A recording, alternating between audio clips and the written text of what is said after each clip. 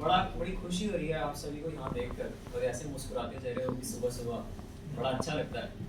आज मैं आपके लिए उपस्थित हुआ हूँ एक बहुत ही इंपॉर्टेंट सेशन के लिए जिसका नाम है कॉर्पोरेट कम्युनिकेशन।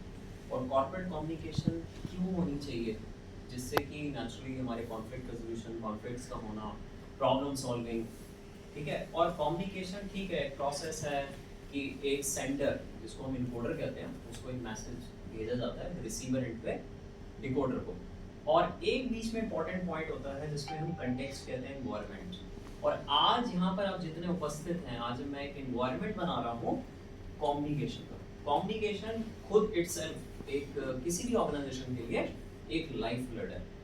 बिना कम्युनिकेशन के कुछ नहीं हो सकता। अगर आप अपने इर्द गिर्द थोड़ा नज़र मारें या इवन टीवी चैनल्स को भी देखते हैं तो कम्युनिकेशन के माध्यम से कितने ही लोगों ने, कितने ही पर्सनालिटीज ने बड़ी बड़ी उपलब्धियों के साथ साथ अपनी पदवियां प्राप्त करी।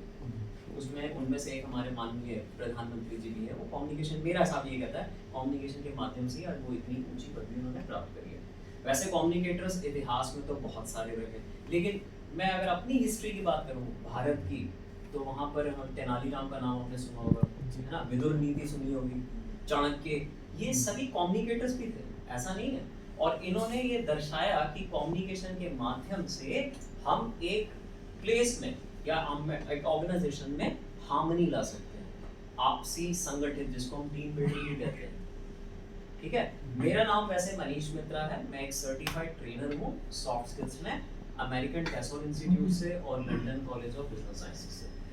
आज मैं आपके साथ बहुत सारी बातें करने वाला हूँ, आपको टेक्निक्स भी शेयर करूंगा, साथ साथ ये भी बताऊंगा कि कुछ चीज़ें कम्युनिकेशन के लिए क्यों ज़रूरी होती है, ताकि आपके इंटर डिपार्टमेंट कॉन्फ्लिक्ट्स, या आप यूँ समझ लीजिए कि आपके जो कॉन्फ्लिक्ट्स बढ़ते हैं वो उसको कैसे रिड्यूस किया जा सकता है, उस पर भी बात होगी। तो मैं सेशन को शुरू कर रहा हूँ, लेकिन एक छोटी सी गेम के साथ शुरू। अपनी स्पाइन, रीढ़, मेरुदंड सीधा रखना चाहिए।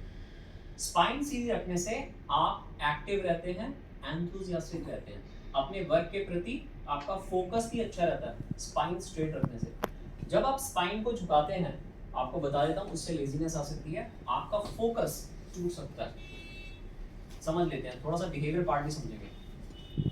तो इसलिए मैं तो यही आपसे प्रार्थना करूंगा, आज ये सेशन हो रहा है, हमेशा जब ऑफिस में बैठे अपने कंप्यूटर टेबल, चाहे कंप्यूटर है, डेस्कटॉप है, जो भी है, तो हमेशा स्ट्रेट ही बैठिए, आप उसमें एक्टिव रहेंगे।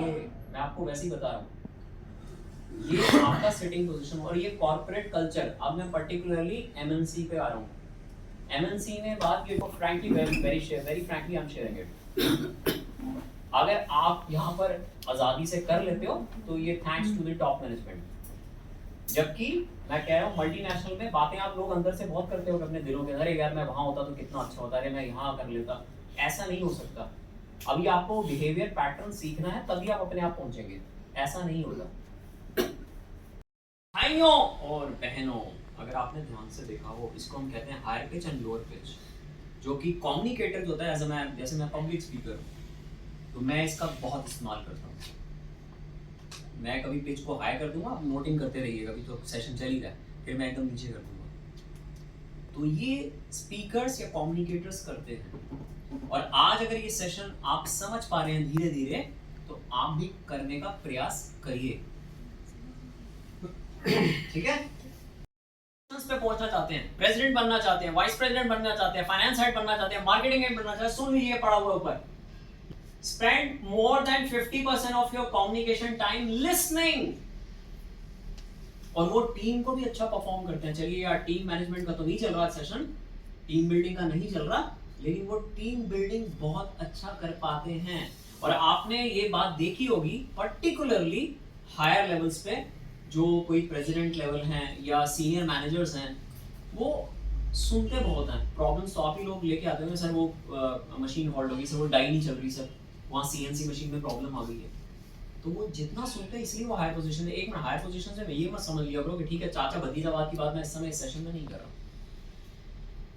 लेकिन पर्टिकुलरली ये देखा गया 70 से 80% कि हायर एचिलॉन्स या हायर हायरार्की में वही पर्सन पहुंचते हैं जिनमें कैपेसिटी होती है सुनने की, कैपेसिटी टू लिसन।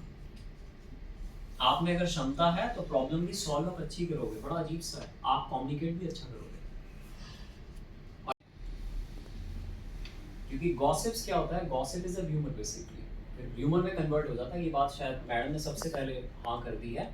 गॉसिप अक्सर कई बार अक्सर यही देखा गया ह्यूमर में बदल जाता है, और ह्यूमर तो आपको पता है पूरा सच तो नहीं होता ना, तो इसमें आपकी इमेज डंट करती है, ये याद रखिएगा।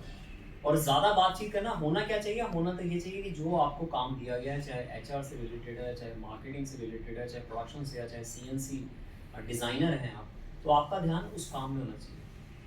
आप यहाँ पर काम करने आए, गॉसिप्स को अवॉइड करेंगे तो ज़्यादा अच्छा रहेगा, क्योंकि मैंने बहुत सारी ऑर्गेनाइजेशंस में ये देखा है, पर्टिकुलरली गॉसिप वाले को कंपनी फिर फाइनली उठा के बाहर फेंक देती है।